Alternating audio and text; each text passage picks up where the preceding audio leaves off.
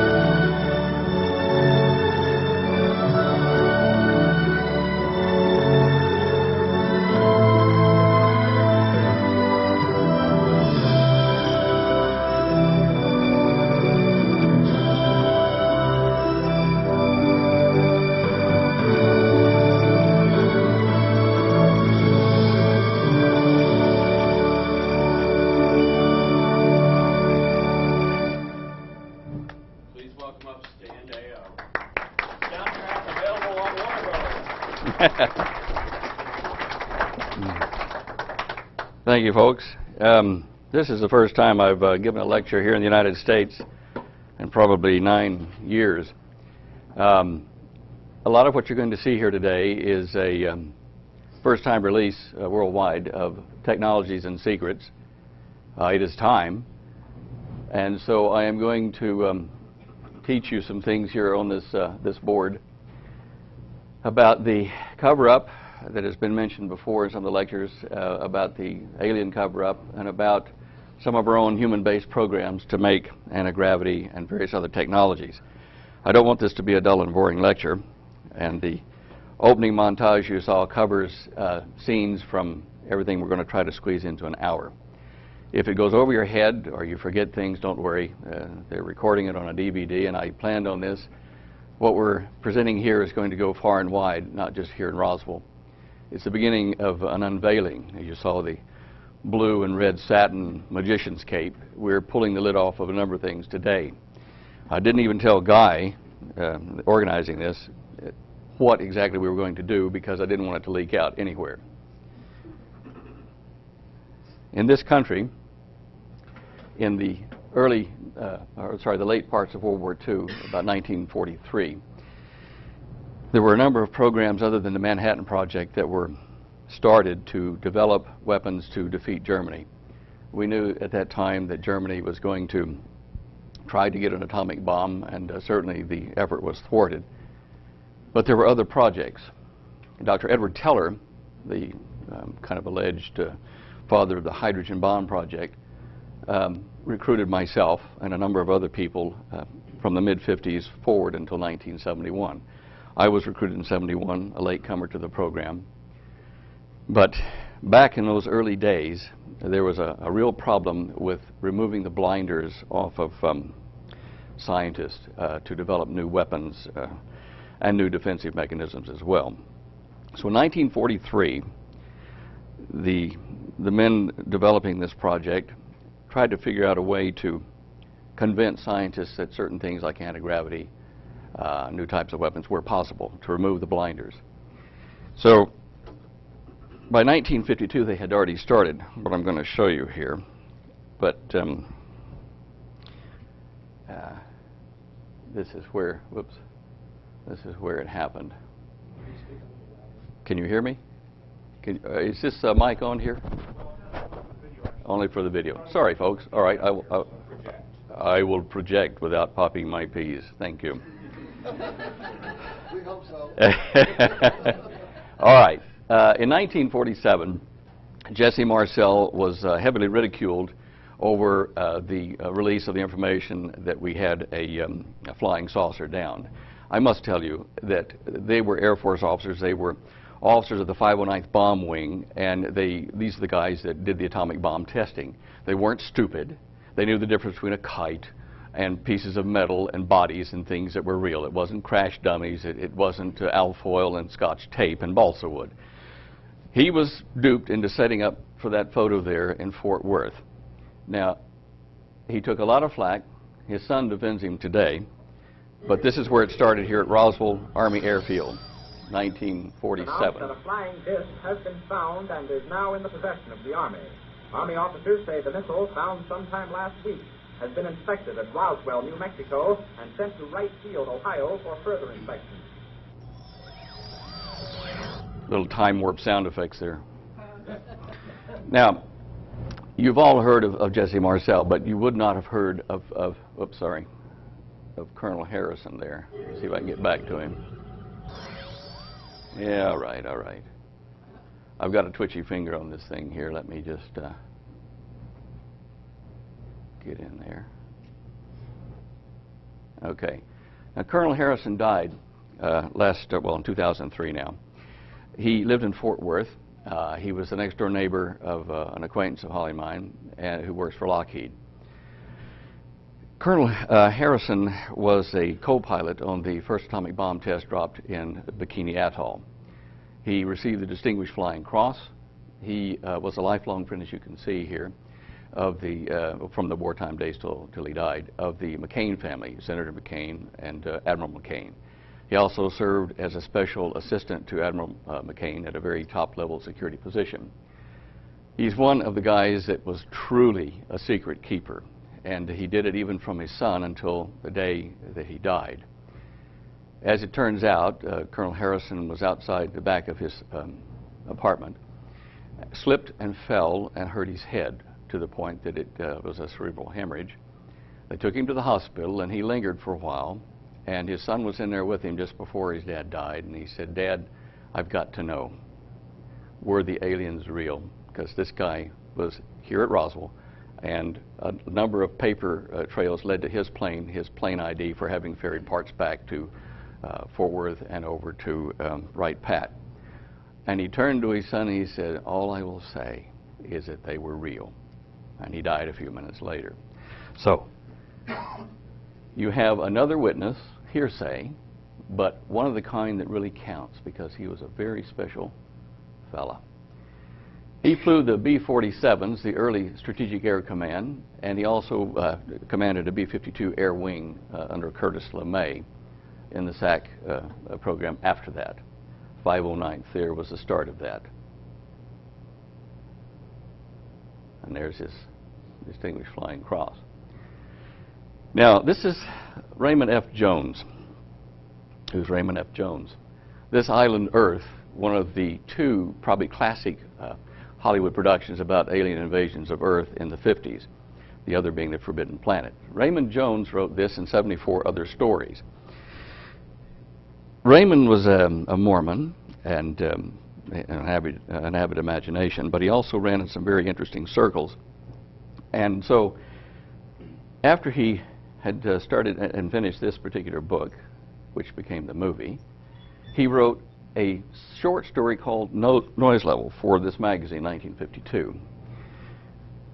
I came across the story in 1977 in this reprint done in England. I'm going to tell you a short précis of this story because it's going to probably answer a number of things for you eventually. In the story that Raymond wrote, Noise Level, there's a meeting called in the Pentagon.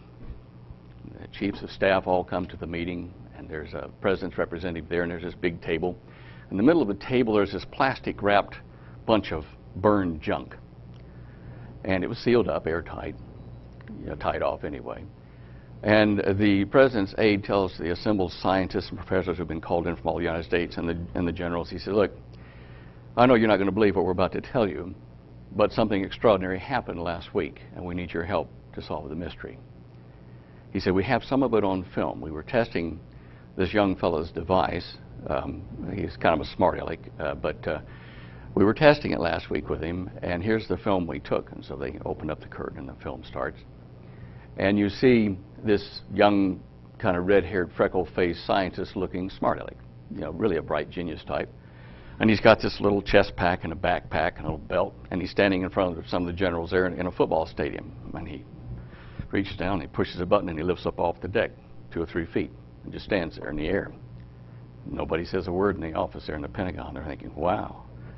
Okay, so he's been lifted up a bit. Then he pushes another button, and he rotates sideways and lifts up about 40 feet and takes off, flies around the football field and comes back around for a low pass over the generals. Everybody ducks, and there's a puff of smoke. Quick explosion. He nosedives into the deck and dies. A ball of flame. The package on the table holds the remains of the guy's instrument, what's left after the fire melted everything together. They said, gentlemen, he died before he told us how he did it. This guy doesn't work for any government. He's just an individual. He doesn't have any university grants. He's just an individual, and he did this. Now, you've got to figure out how he did it. We've got his apartment.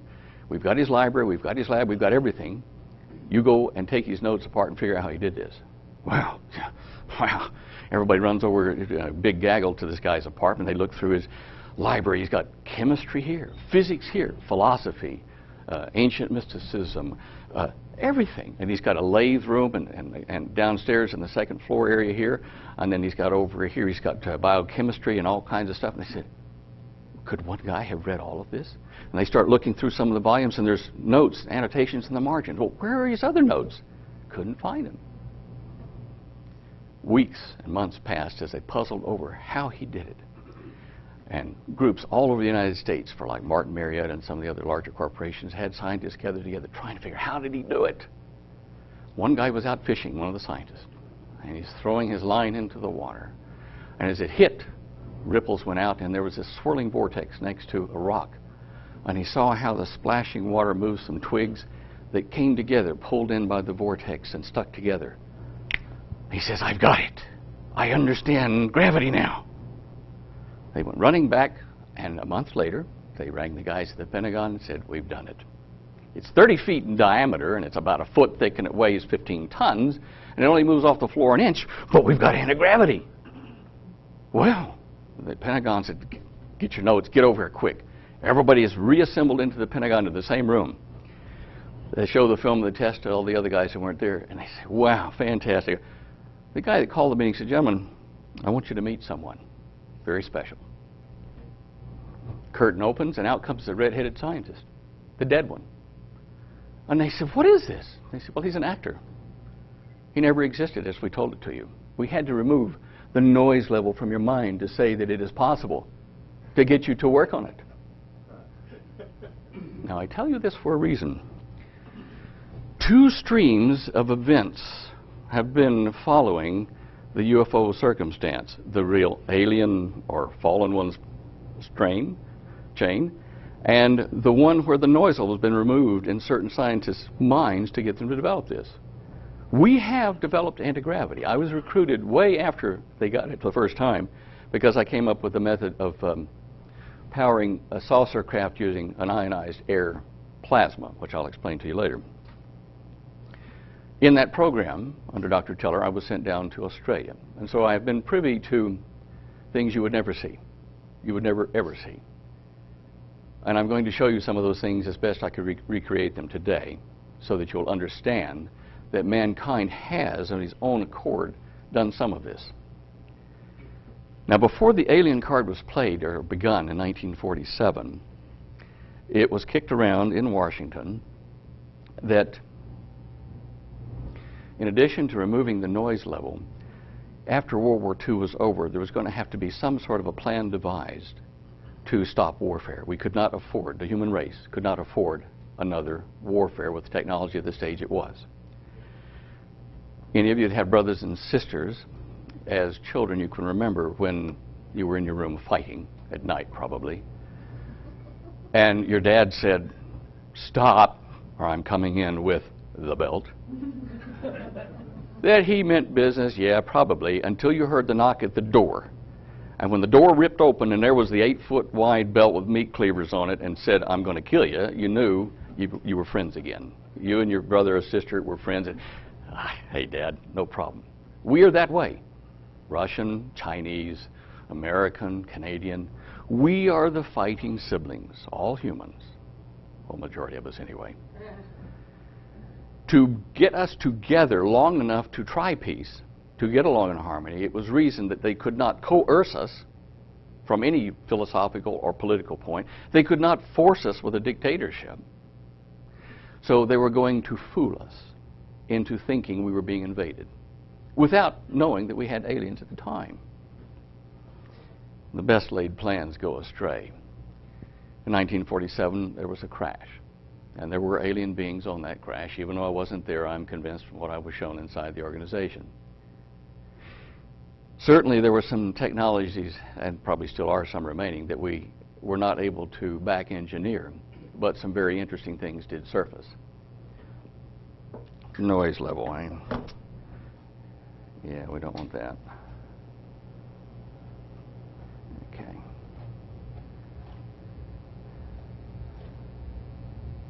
Now, to help you understand gravity, I'm doing this for a reason. There have been people that have talked about anti-gravity, some magic thing and this kind of stuff, and it's a very simple thing in concept. But I'm going to use graphics and some animations and some films of some of the tests we've done to explain gravity to you, so you understand then how anti-gravity can be made and was made, and will not be surprised when you see this upon you shortly out in the open. There is a real severe deception in the works, not entirely mankind's doing. Remember me telling you about noise level, guy out fishing and seeing the vortex and the little spin and stuff. What we see here is just a simple water drop. But I've put this up to show you how when the water drops, it splashes out, makes a large radius first ring, then smaller ones out like that, and then the reflection of its splash pops up a ball in the air like that. Okay, big deal, you've seen that. Now, what happens next is you will see if you take one splash, it sets equally, almost equally spaced crowns out like this. These are inertial things formed by water pressing on itself to make little beadlets out here like one single drop would do. This happens usually on a flat surface instead of a deep amount of water. Now, for the astronomers in the crowd, what we see here is a splash which can represent the sun. Then there's the first orbit of some planet, and the second and the third. But if you're an astronomer, you notice that those rings, the radii of them, do not match our planets. You think, well, this couldn't be explaining gravity and orbits of planets. But it does. Because in space, you don't have an infinite pond where the ripples just go out and don't come back. Space has mass and resistance. It's like a very fine fluid. It's so fine that atoms are made up of a lot of it. It's called ether space in James Clerk Maxwell's day last, or century before last, and we have returned to that understanding of the way the world works. When you take a bucket of paint, thick paint, and you put your paint stirrer on your drill and you stick it down in and spin it around, it will make circular waves go out and hit the edge of the paint bucket and then come back to your spinning paint stirrer, the little rod. If you spin it at the right speed for that can, the wave will go out, reflect back in, just in time to be in phase with the next spin wave coming out from your spinning rod. This is called standing waves or harmonics. When that happens, then the spacing of the rings changes. And when it does, you can have a planet and a moon, like the Earth and the moon right there, following this particular orbit. Notice how there are bands of orbits. We have those in our own solar system, of the Jovian lighter density planets like Jupiter and Saturn, where they have a large mass hump like this. That would be out in this area here. Here, down in our zone, is a different set of rings, but they all follow what's called a hyperbolic or an exponential curve as far as their distance from the sun like this. It's a very nice curve. But it's a sum of two things, two waves. The sun is spinning at high speed, and it spins out a bunch of rings. They reflect from space itself because it's spinning so fast, the sun is. And the waves reflect back, and where they cross and add together forms an orbit. And a planet has to orbit in one of those or it breaks up. Like the asteroid belt used to be a planet, but now it's broken up, and pieces of it are on the surface of Mars, a lot of red dust, and a 600-mile diameter chunk of that, either a moon or the planet itself in that orbit, is broken up on the surface of Mars near the Cydonia area, where people think there's a face, and that's a farce. Gravity can be determined with a telescope looking at distant star systems. How can you see gravity? Because scientists, astronomers have found that as a star spins, it's originally spherical, but as it spins, it starts to flatten at the poles. And this is called oblateness. It's not totally round, it's oblate flattening. When that happens, they measure the number of degrees of off-true circle, that is, and they say, its gravitational constant is such and such because it is so flattened. The more it flattens, the higher the gravitational constant. What they're telling you is this: gravity has to have spin around some center, or you don't have gravity. So you say, well, why is that? It's because gravity is not a one-way force. It's the result of two forces acting. You spin out diverging waves, they reflect back converging, and where they cross partially or entirely, the directions either cancel entirely or are more in favor of this way or that way. In essence, gravity will reverse in orbits and not all be pointed at the sun. In between orbits, there are null zones. There are zones where the forces net more that way, out away from the solar system than toward the center. On the Earth, if you were to drill a hole all the way down to the center and drop a rock, it wouldn't go to the center of the Earth. It would go down a fixed distance and bounce back up, not to the surface, but probably 150, 200 miles below, and find its equilibrium point. There are layers or shells of inertia that form gravity. Spin. Have I lost everybody? Now, I don't have stock in Coca-Cola, but I sure use them a lot. This is the top. You'll see this in action in a minute. This is the top of a 2-liter bottle of Coca-Cola. I've developed a process of generating planets and stars with sound waves on the surface of a Coca-Cola bottle, with Coke in it, of course. Dr. Pepper worked as well, so if you're listening, Dr. Pepper. What you'll notice there is a depression.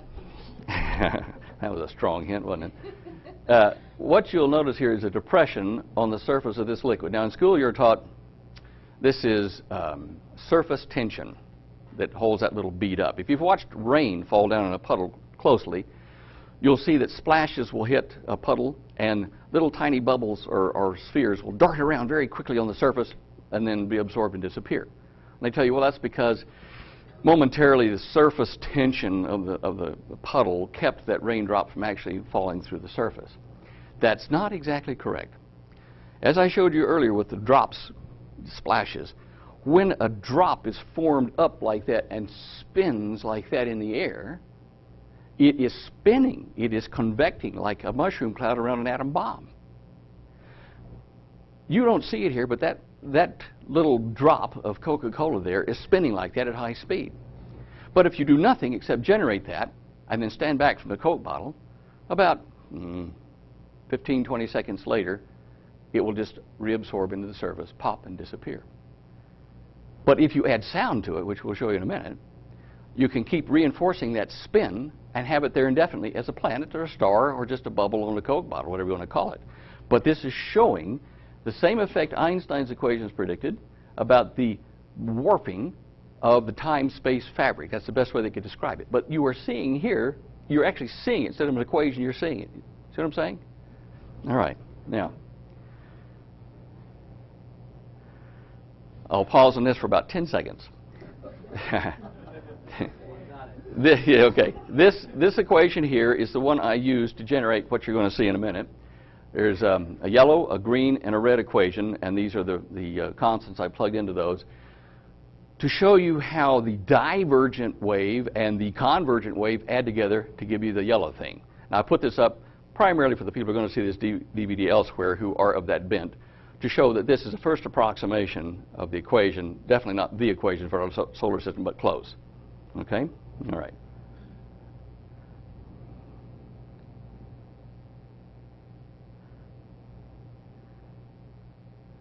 Now, this is something that I will play again for you. Here is one waveform, that big hump that we saw at the beginning, and another one just like it, moving in. In our solar system, like all stellar systems, the center of the sun is not in one place. They're separated by a number of miles. It's called an elliptical orbit, and there are two centers to the orbit, and so the sun actually rotates around 2 points like a parabola. When you get them real close together like they are, these waves start to add together. Yeah. I got to cheat here for a minute. Where is my... Okay, let's try this and see what happens here. Okay. You see how they added together and formed that big hump? I'll do that one more time. The two waves add to form a taller hump than the first one. Okay? This is wave addition. Now here are those equations in moving form. The bottom ones are the two reference ones, so the divergent, convergent, and the one in the middle, or the one at the top, the yellow one, is the resulting orbits, which can be vastly different than a normal series progression or exponent or hyperbolic curve. Let me just do this again. Look at this. See these ripples here. Now here is one that's only about 9/10 separated from that by its frequency. And this would be the sun in the center, and these would be orbits of planets. Well, now, here you see two humps. They're not quite aligned, and two more, they're not quite aligned. But when you add them together, an orbit almost disappears. Now, why is this important? As our star starts to slow down, which all stars do as they die, the rings around them where planets can orbit change, and orbits get canceled. And it's like, hey, you can't park there anymore. And that's why we think Venus, only one of our planets that doesn't have what's called a magnetosphere or plasmasphere, and it rotates backwards to everybody else, we think Venus either came in from an outer orbit or out of the solar system and as an interloper in a temporary orbit. Okay.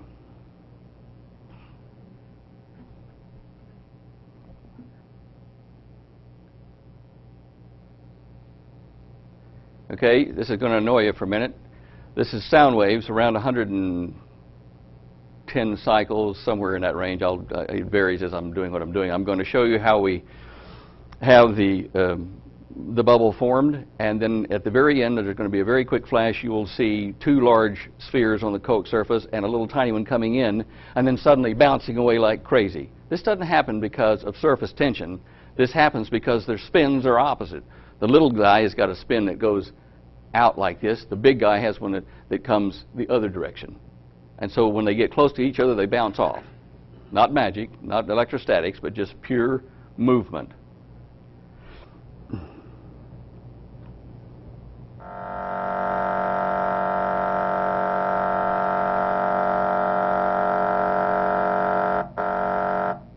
Notice in this, that would be the sun, and this would be a planet.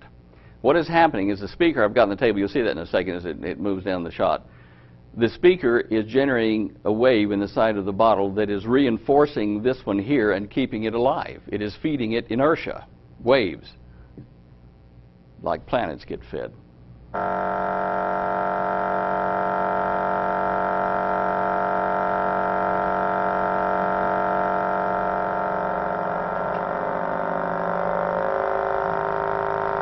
Now this is generating one of those balls. It'll pop up here in the lower right corner.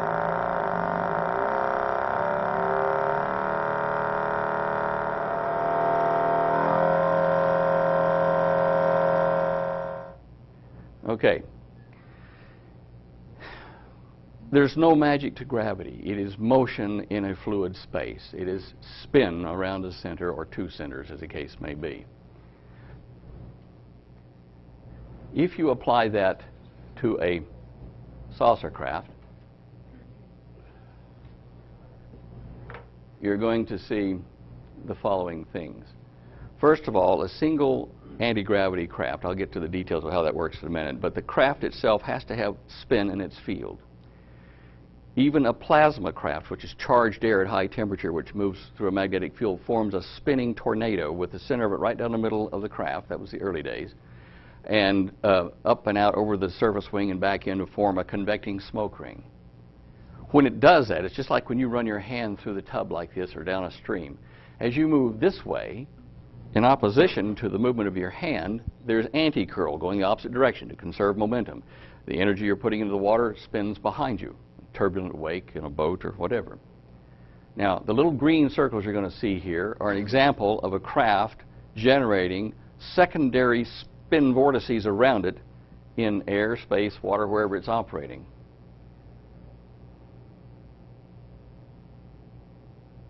Craft in the middle, the white thing, the counterspin vortices outside. They won't touch each other because they are going in opposite directions between them.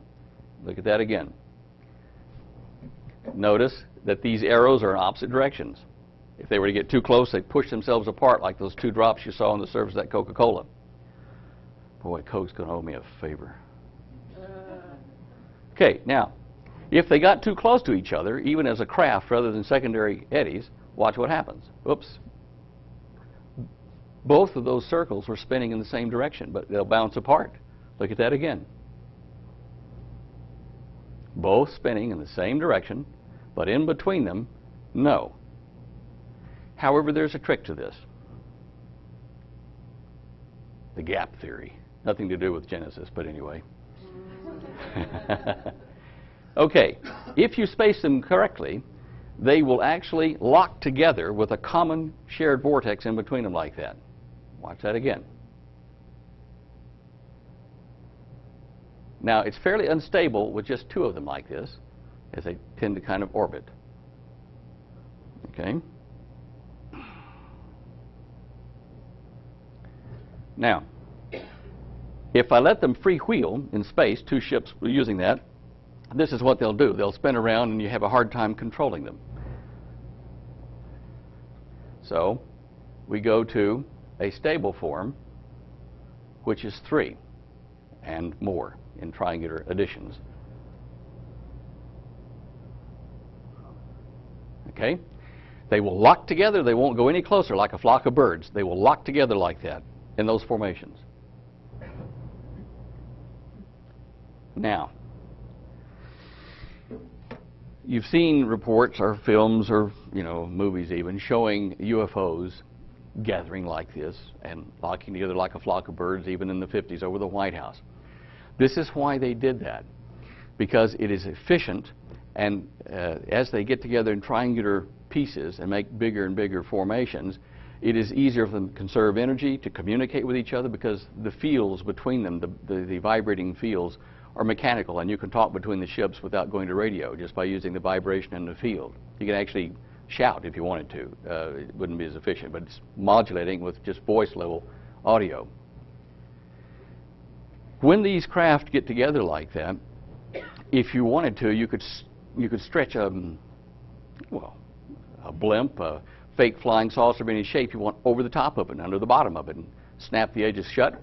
And the guy on the ground is going to say, wow, look at that 450-foot long UFO. But if you take the cover off, it's 10, 12, 15 of these guys all hooked together. Now, modern physicists, when approached with the problem of supporting a craft in the air for 10 minutes or more in one spot, right here, I've debated some of the heads of theoretical physics in universities, and I've managed to frustrate every one of them. They say, well, 10 minutes, the amount of fuel you need. I mean, look at the space shuttle, for crying out loud. You couldn't sit right there for 10 minutes. You couldn't carry enough fuel on board. I'll say, well, you got a blackboard? You see this little basket here and these little wires and stuff? And this is a hot air balloon over the top of it here. Do you see where I'm going with this? See, this guy's been here 3 hours sitting here with a hot air balloon. Well, that's different. That's different. That's specific gravity. That has nothing to do with this. I said, well, now why does that balloon float? Because the hydrogen gas in it is less dense but more energetic per particle? Yeah. Okay, so in other words, if I could magically generate a field in and around a craft using normal air or something else that was just like hydrogen but contained, then I could float that thing there because it's not, the energy's not going where it's contained in the field. I had one guy get so mad he picked his chalk off his desk and threw it at me and stomped out the door. But it's there. That's the truth. Now, so when you see a large ship, if you do, I mean a large ship like half a mile diameter or something, and you have an engineer tell you it can't be real.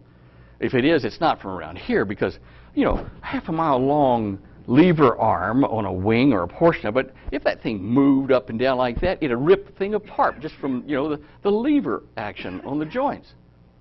What they haven't considered, very simple point, what I showed you there with those, the saucers gathering together to make a bigger craft, each one of them still has its own local gravity. And the stretch would only be 30, 40, 50 feet, and we do more than that on a standard airliner wing. So when you have gravitational posts all through this immense structure, and it's all linked together, and the command pilot that's linked them all together and firing the system, everything accelerates uniformly. There's no big drama. There's no heavy torque on the joints. It is possible, and within the realm of modern physics. It's just that you didn't see how Houdini did it, and that's what we're playing with. Some will be real, and some will be a Trojan horse, I'm sure. And this is what you would probably see.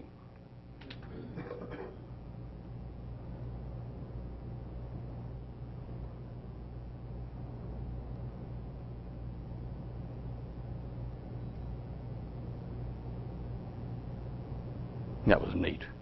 Got to have one. As Will Smith said, I think, what was it, in 4th of July? I've got to get me one of these.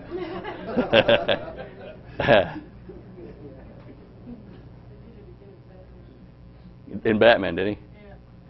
Okay.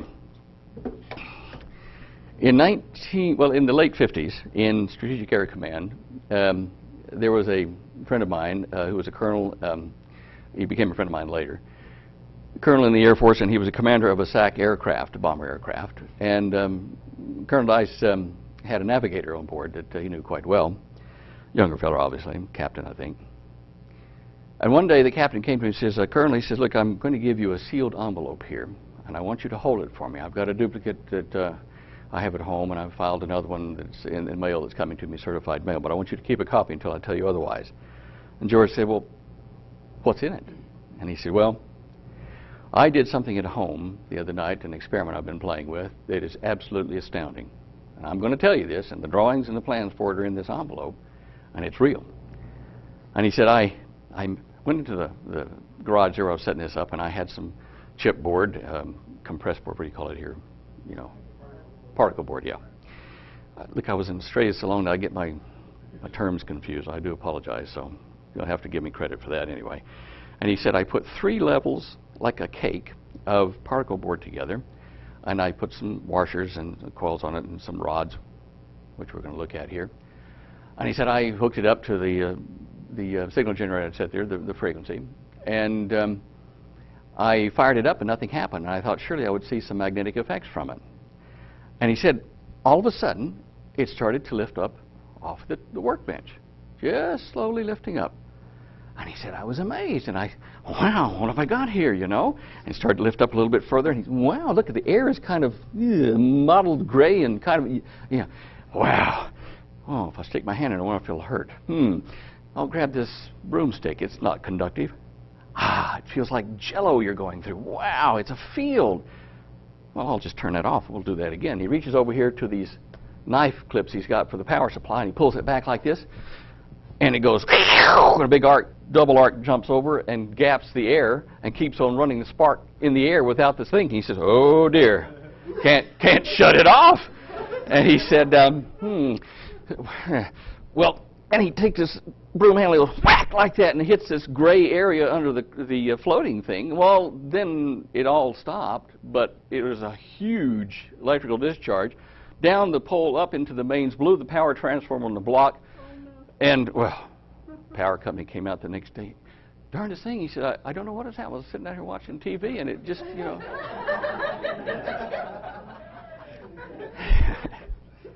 But he had anti-gravity. So he gave this to George, and George told me about it years later. I said, George, where's that envelope? This is before I left to work with Teller's group. So my mom and dad moved to Florida. I think it's in my boxes there. I said, well, did you ever open it? He said, no. I said, well, what happened to the navigator? He said, oh, you know, come to think of it, a few weeks after that, he was transferred out. I never saw him again. I thought, small wonder. All right, so I filed that away. Then, probably a few months later, I was recruited by Teller's group. And I got to see why what the navigator did worked. Now, up there at the top left is how he wound one set of washer and rod. And then he put them into this on particle board. 15-degree spacing as we twisted the various layers apart. And when I was later into the real guys, this is the application of one of his coils and rods. And that's the inside of a 30-foot diameter human-made anti-gravity craft. It's as simple as that. What I don't have here are some things that I will probably not show publicly for safety reasons, but I'll explain that. In the real craft, this coil here and this one come up over an archway here so as not to block what's called the breather of the washer. This is a hollow square-sectioned mu metal inductor core. This is like one of those washers he had on his particle board. See how it wraps around one washer? There's a little gap in it. Now, for the coil going up the rod in the center, we have this one here and this one here.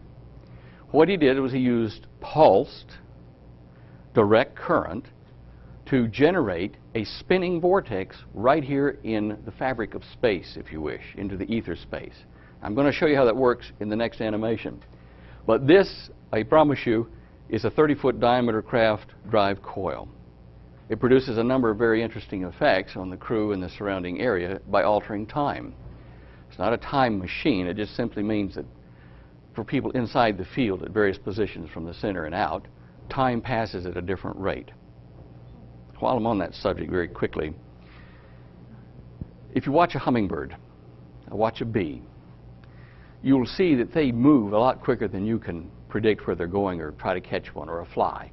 These things operate at a higher operative neural rate than you and I do, yet they do function.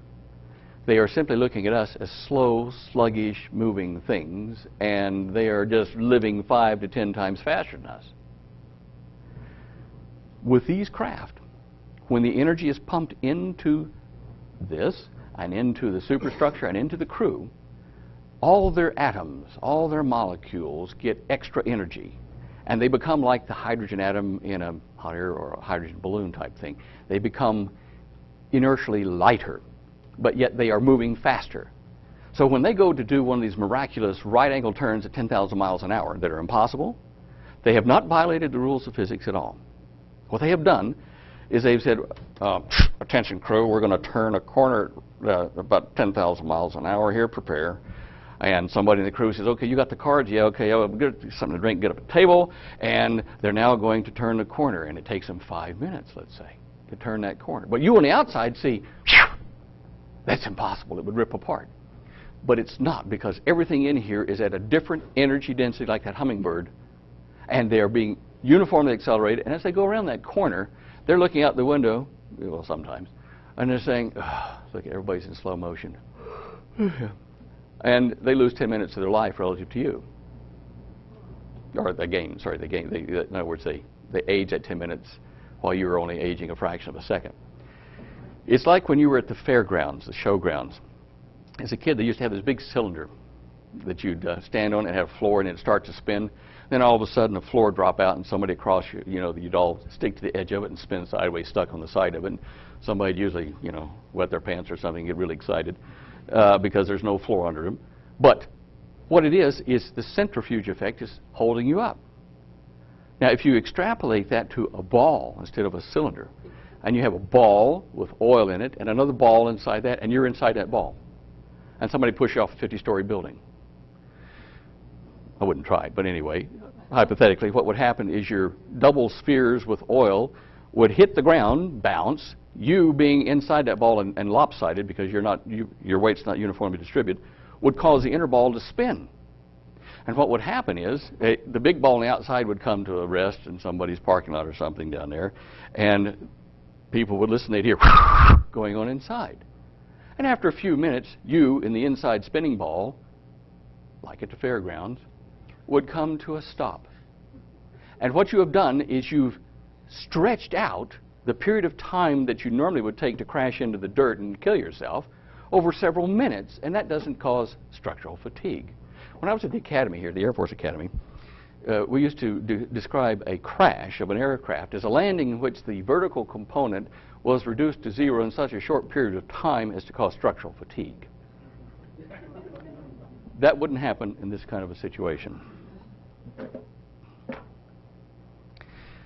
These things are not only possible, they're being done. They've been done behind your back for very good reasons, which we'll certainly address before we get through here today.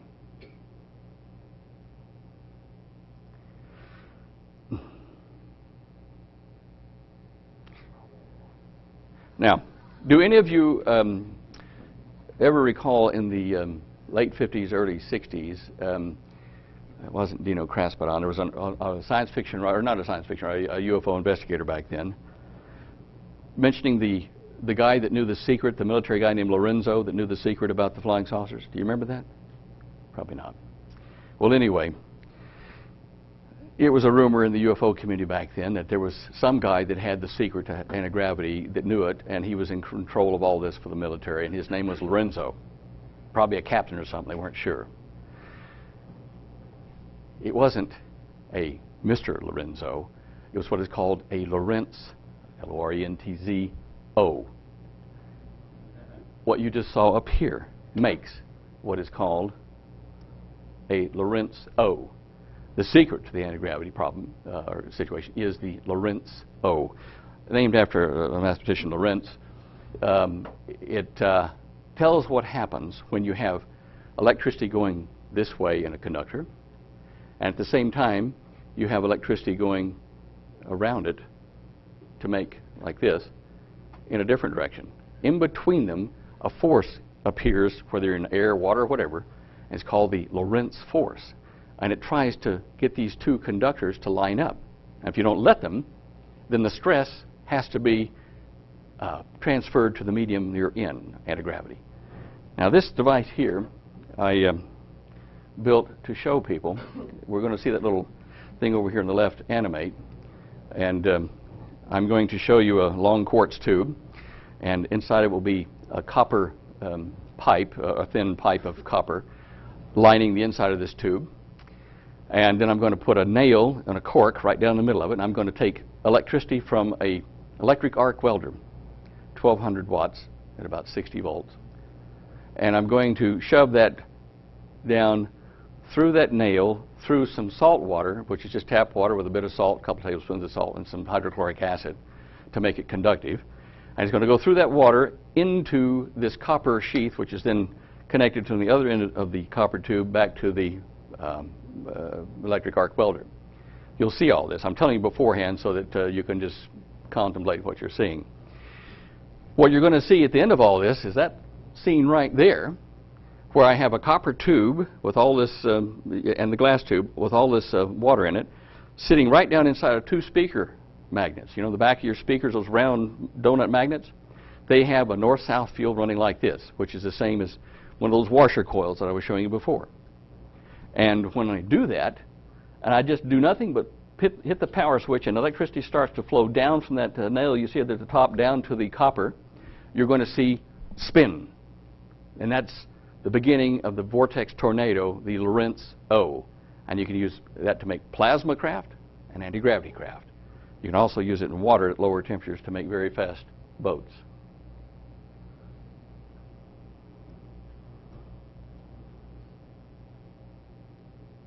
That's when I was a little bit younger.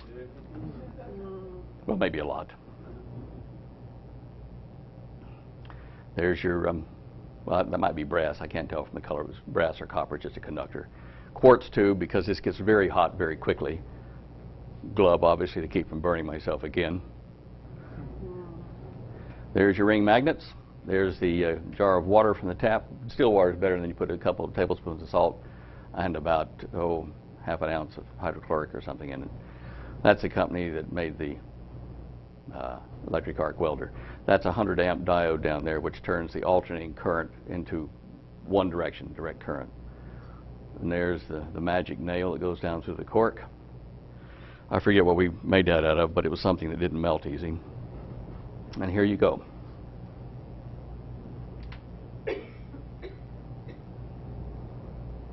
No moving parts except the bubbles that form from the heat, showing where the ions are traveling, following the vortex field set up. And this occurs down the center of any of those craft.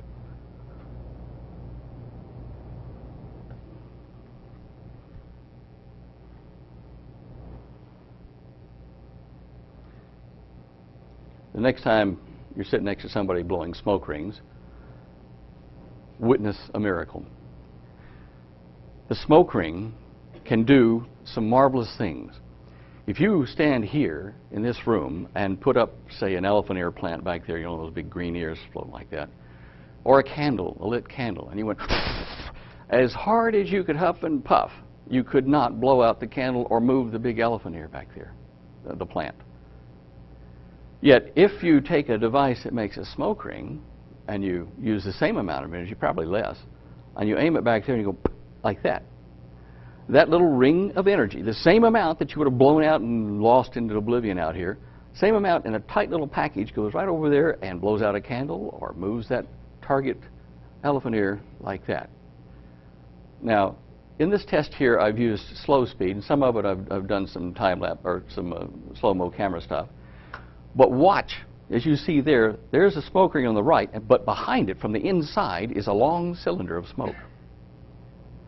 These craft that we're talking about, this technology, and a number of other technologies that they use, including plasma beams, all rely on what you're going to see here. This is a wrinkle. A smoke ring is not a series of spinning, things around this point here. It is a wrinkle like you would put in a carpet by doing that and making a wave go through the carpet, except it's in 3 dimensions and wrapped around. So as a result, when a smoke ring moves through the clear air, it absorbs clear air on the periphery of it in a layer that goes into the inside and then does a reversal like yin and yang and comes out pushing smoke ahead of it. And so a shell of smoke, a pipe, comes out the back. These things here are a rough approximation of what makes an atom or an electron. They are not particles. They are waves in a medium. All right.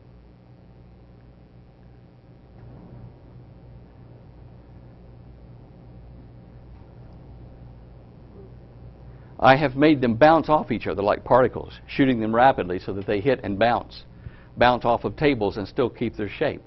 These are why scientists think that light acts like a particle and like a wave, and so physicists say, well, let's call it a wavicle.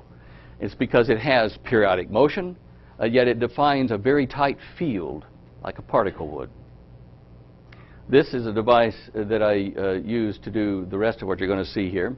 It's a plastic pipe, plexiglass pipe, and I've just made it so it'll make smoke rings with a piece of shower cap stuck on the back as a rubber membrane, and I pull it and pop it loose, and I get 70 to 90 miles an hour out of the little donut. Same thing you can do.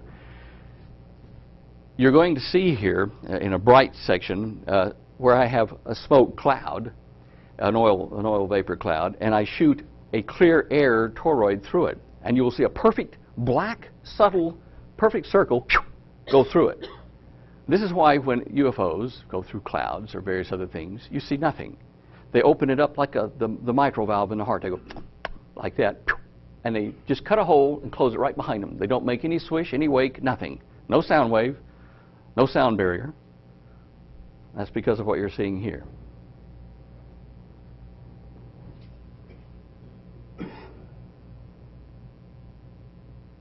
Now watch closely. It's subtle. Did you see it? Didn't see my hand move, did you? Right in the center, down the bottom. There you go. You see? Oh, yeah, I see. See, now I've slowed it up so you can see how I've reversed it back and forth. Watch how it acts like a valve. Okay. A couple more just to show you. It doesn't really do a lot of damage. In fact, when I've fired these things across the room like that, I've had candles 30 feet away over on this side here, because candle flame is very sensitive, to motion. And I'll have the candle flame over there and shoot that way. And as the donut passes like this, the candle flame goes and bows toward the donut passing. The shock wave is there, but the energy stays in the center. It's a very, very efficient thing. Now here's that mitral valve thing I was talking about. Clear one going through like that. See how it cuts a perfect hole? If you have a ship like that, it does that with gravity, it does it with clouds, it does it with water. Fascinating, isn't it? So what do we do in the evenings at home? I'll tell you what, my wife is going to kill me if I keep playing with that Coke bottle, because sometimes on the computer I'll take a ruler and I'll snap it like that and make these little beads form, and I'll go thump, thump, thump, thump. So if you do it another time, I'm going to shoot you. Yeah. True, isn't it, Holly? All right, now, I took some notes at one of the meetings because we weren't allowed to film or record anything in one of my briefings. All right. In one of my briefings in the project here, and what you're going to see is a page of my notes here, which show what I was drawing, what I was being shown, with the top off of the 30-foot diameter craft, and with one of the sections removed so I could see inside the inductor. And this is what I put down on paper that day. You can see the arch I was telling you about is there. It's exaggerated a bit. It's a little thinner. The core section here with the main ring toroid. This one here with like a Faraday cage. It wasn't exactly that, but that's what it's for. This also held the superstructure onto the top of the craft, and there you can see some more of it there.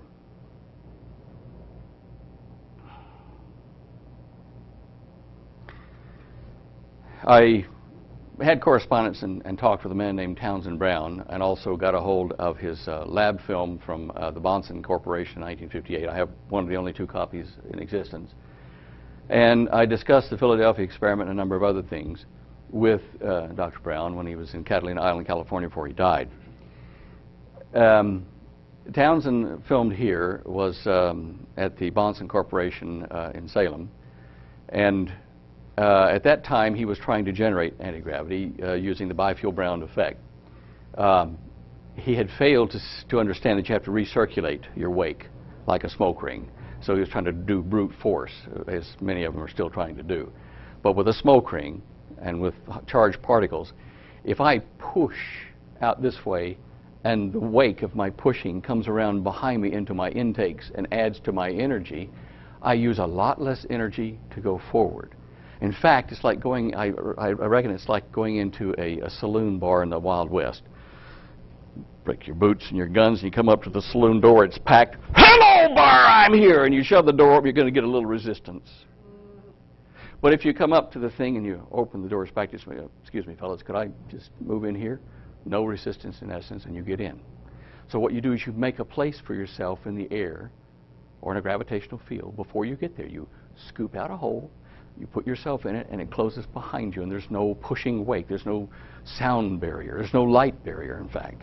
We can go many times the speed of light using this concept in space.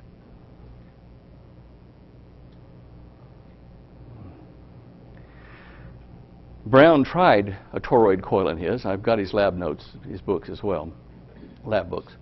Over here was called the beta machine. This was generating his high voltage 100,000 volt charges that were generating these arcs. On this saucer here, I've held it, it was about 3 feet in diameter. This coil, he would slip on top of that and they would put high charge through it, but it was only half of the solution. If he had done the other coil and had known to do it, where he wrapped another coil like this and put those in phase, he would have had anti-gravity in a big way. He was that close, that close. I have a great deal of respect for the work that Dr. Brown did. And as I say, I'm privileged to have access to all of that stuff. This is some of his note work on the board for the design of the craft, some of his vacuum testing on the lower left, and some of the high voltage testing before they put the coils on the top. And that is a real deal. That's not an animation, and that was just finished last week in California by one of our associates. We are making working models of these things to show you. So it is real. You can do it. Chris Craw did that. How far do you think the government has progressed with this? The government, per se, has little say in it. This was a supranational operation. My control agent in Australia was Sir John Williams, a Welshman, Captain Sir John Williams. He's now deceased. And he was under the advice or counsel of Dr. Edward Teller. In Russia, Teller's counterpart was Dr. Andrei Sakharov. I forget who the guy in West Germany was, or in England, Norway, Canada, but there were a few guys around. Anyway, these sat above elected governments, because elected governments come and go and they leak like a sieve. So, well, they do. And these gentlemen that I worked for were the invisible government you speak of, the Illuminati. And we parted ways after I'd only been in the program for a short while, but and they also tried to put me at the bottom of a mine shaft about 5,000 feet deep. Now, I did manage to get away, obviously, but they did manage to keep me out of the United States and telling you any of this for 30 years. They just gave me my citizenship and passport back in 2001. Spent 30 years in Australia waiting for the time to come back. There's a lot more to the story. Obviously, in 1 hour, I can't do that. So I'm hitting the highlights of this, and now I'm going to go very quickly to... what's my time like? I can't read this watch. How much time have I got left? 5 or 10 minutes. Oh, 5 or 10 minutes. All right. All right. Let's... we'll skip one section here. And we'll go to free energy. There are a couple of things, the anti-gravity, the alien card, and free energy that people have been banting around wanting to know how you do it and where it is. And there's all kinds of stuff about zero-point energy and magic this and over unity that, and nobody's come up with a working product for you. Well, they've had working product since the mid-50s. There are two main sources of this quote-unquote free energy. It's cheap, but it's not free. The sun is one of them. The sun hits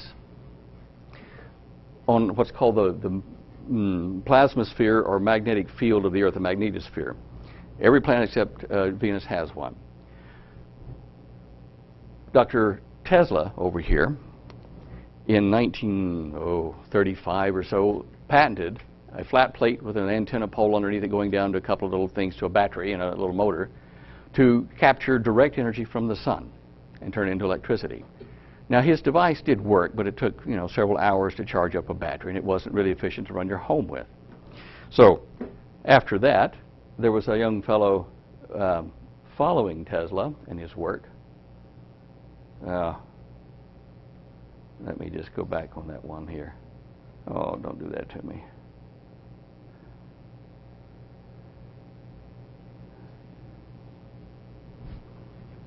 Okay.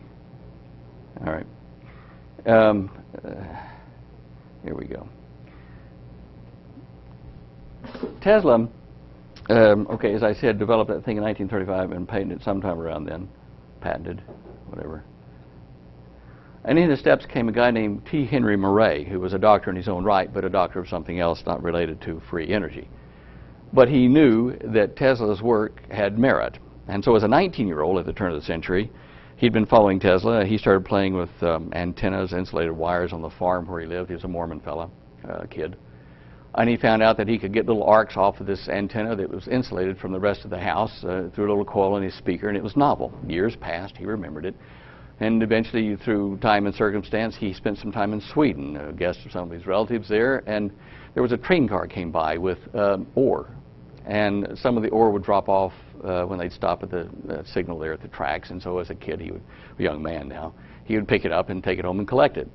He kept it with him when he went back to the States, went back home. And when he started playing with his peculiar electric discharge, his antenna, whatever, he used some of this Swedish stone, he called it. And it was a semiconductive type material which we've now dubbed the triboluminescent material, which is just a strange term for saying it'll turn certain frequencies of light or heat into electricity directly. And he managed to build a device with about an 85-foot long antenna insulated behind his house on 2 poles and a little wire coming off of it, insulated again, down to 2 boxes about the size of this trolley here in his home. He could extract from the ambient medium, the air, he could extract about 5,000 to 7,000 watts of power continuously, run his home, run a heater, and do it to witnesses, let him take his boxes apart, all except one little cigar box thing about that big, which held the magic device which made it all work. And basically all he had in his box was a tuned Tesla coil system, a high voltage coil, a step down coil, and a couple of little feedback coils, and a radio circuit, a heterodyning circuit. No one would help him. In the early 70s, he finally died, and his last words to his family were, "Why didn't they help me?" In fact, they tried to assassinate him. Somebody shot at him through his home window one time. There are so many documented cases on record of this man with sheriffs, judges, everybody reputable. And as I say, he was part of the Mormon community, and he was reputable. Showing him, proving that this worked. Help me, he says, and we can develop, free energy for the world. And then it died with him. Now, his son, John, I talked to him. John didn't pay much attention to it. He was too young at the time and doesn't remember how Dad did it. Just remembers conversations and something about germanium cells and this and that. That's not the issue. The issue is, where was he getting the energy from? We'll use modern technology and get it. Well, this did happen in the mid-50s, as I said. The sun throws out particles at around 400 to 1,200 kilometers per second. Pretty fast. 1 million or 2 million miles an hour, something like that. I forget what the exact figure is, but it's huge. And that hits us all the time, sprayed off from the sun. We get hit all the time from particles that are called baryons and leptons, high-speed cosmic energy from other galaxies and other star systems, all the time hitting us. They're hitting everything, but we're getting our fair share of it because we're in the neighborhood. All these things strike a magnetic bubble around the Earth. As I said, every planet and some of the moons of Jupiter has a bubble like this, except for Venus, and it might have one once it settles down and spins the right direction. This guy here, Moray, tapped into a way to sit on the ground here with some insulated wires and reach out electronically, if you wish, and feel the pressure of that solar wind as it vibrated at sometimes 30 million times of a second. When a particle hit, it have an impulse of a 30 millionth of a second, bang, like that. So much energy in it that some of those particles go straight on through the Earth. They're huge. And he said, I noticed that my energy drops off from this coil about 20% at nighttime, but it still runs at night with no direct sunlight. It's because of this magnetopause that we will look at here. This, the little brown thing in the middle there next to those dark blue circles, right here, that's Earth. And this is the field, the magnetic field of the Earth. As it moves through that solar wind, it gets bent around like a coma around a comet. And if you can imagine this being like a charged balloon full of charged air, and there's things beating on it like that all the time. At any one point in time, say in a 30 millionth of a second, roughly speaking, there's going to be a number of particles that are hitting, and there's going to be a number of rebounds from just being hit. And the net of those two is some energy for you. So if you can rake off that energy for that fraction of a second, then you've got that energy trapped down in your little device, and the system doesn't know anything about it. It fills the hole with some more energy from more particles from the sun. Now, where we went a while ago is where we belong now. This is the Van Allen belts, the radiation belts around the Earth, the outer one and the inner one. As particles hit it, as particles hit it, it rebounds like this. And it presses on the red one down there, which then presses on the surface of the Earth. What we do is build a charged pocket of air on the surface of the Earth with these wires. And when they get pushed on, they're going to make voltage. And how do we know this? Professor John Trump at MIT, he's now deceased as well, I wrote about him in my book, made a most remarkable discovery in the 50s again with high voltage. 2 plates there. Those 2 plates represent 10 inches by 10 inches metal plates. They're in a very high vacuum. And he has the ability to measure the attractive force between these plates when he puts a charge on it. So he said to me, and I went to see John before he died, he said, I put 300 volts per centimeter, that's a term for the field intensity. I put 300 volts per centimeter between his plates, and I measured the force at 5/10,000ths of a pound. Bugger all, not much at anyway. So then he says, I raised it to 30,000 volts per centimeter, only raised it 100 times, but yet the force is now up to half a pound, 1,000 times more. So he said, well, I wonder what would happen if we could go to the limit of our equipment to 3 million volts per centimeter. Watch this. 5.7 thousand pounds of force between 2 plates, 100 square inches each. Now, the outer atmosphere, that green envelope you just saw, and the red one, those are our plates. And we've got the Earth is part of it. The whole system. There's 3 plates involved. When you move these plates, he found, back and forth mechanically, the voltage started to change. Just moving the plates closer or further apart. That top figure up there started to vary. If you got varying voltage, you've got energy. And this was what he was tapping. Now, that is one source. The other source is what's called thermionic. It takes heat from your body, heat from the air. That is then processed through what is called a triboluminescent substance. And that simply means it's like the phosphor on your TV.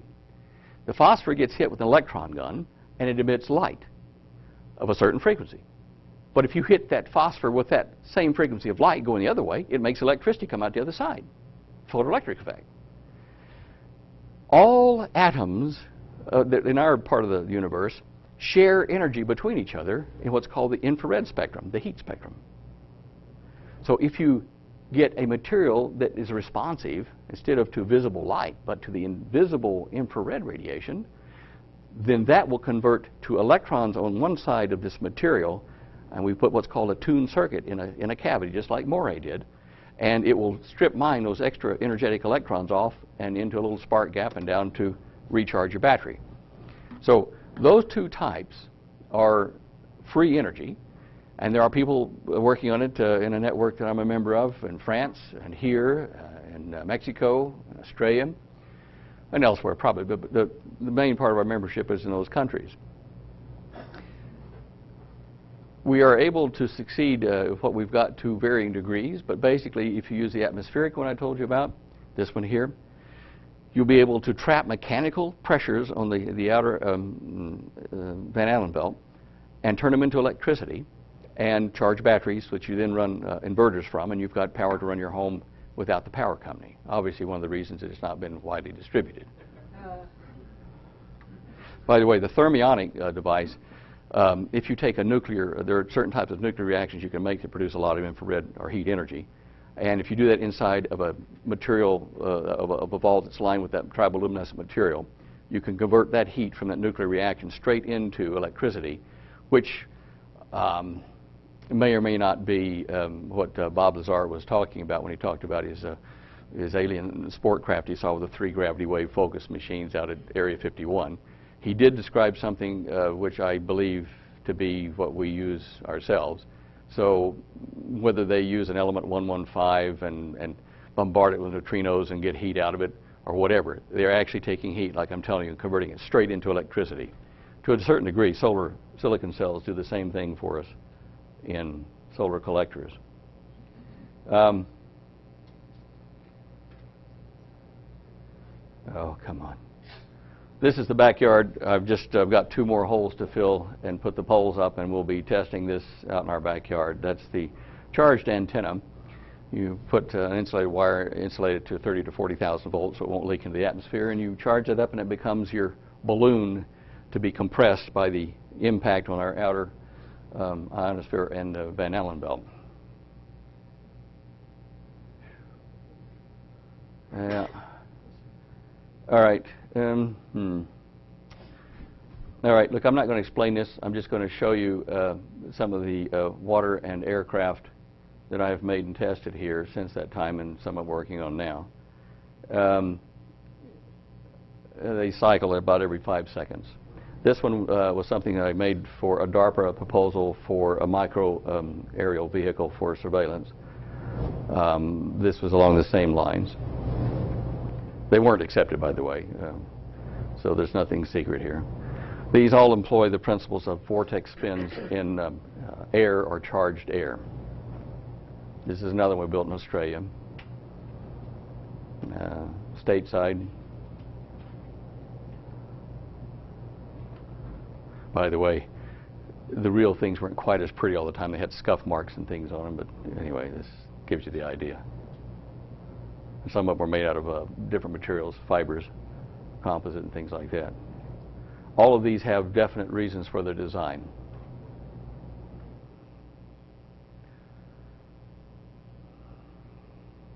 And that's a plasma craft with the ion peaks on the center vortex, as I've discussed with you before.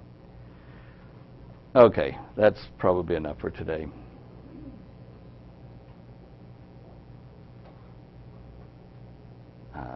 Let's see, have we forgotten anything? Smoke rings, that. Okay, that's it, folks.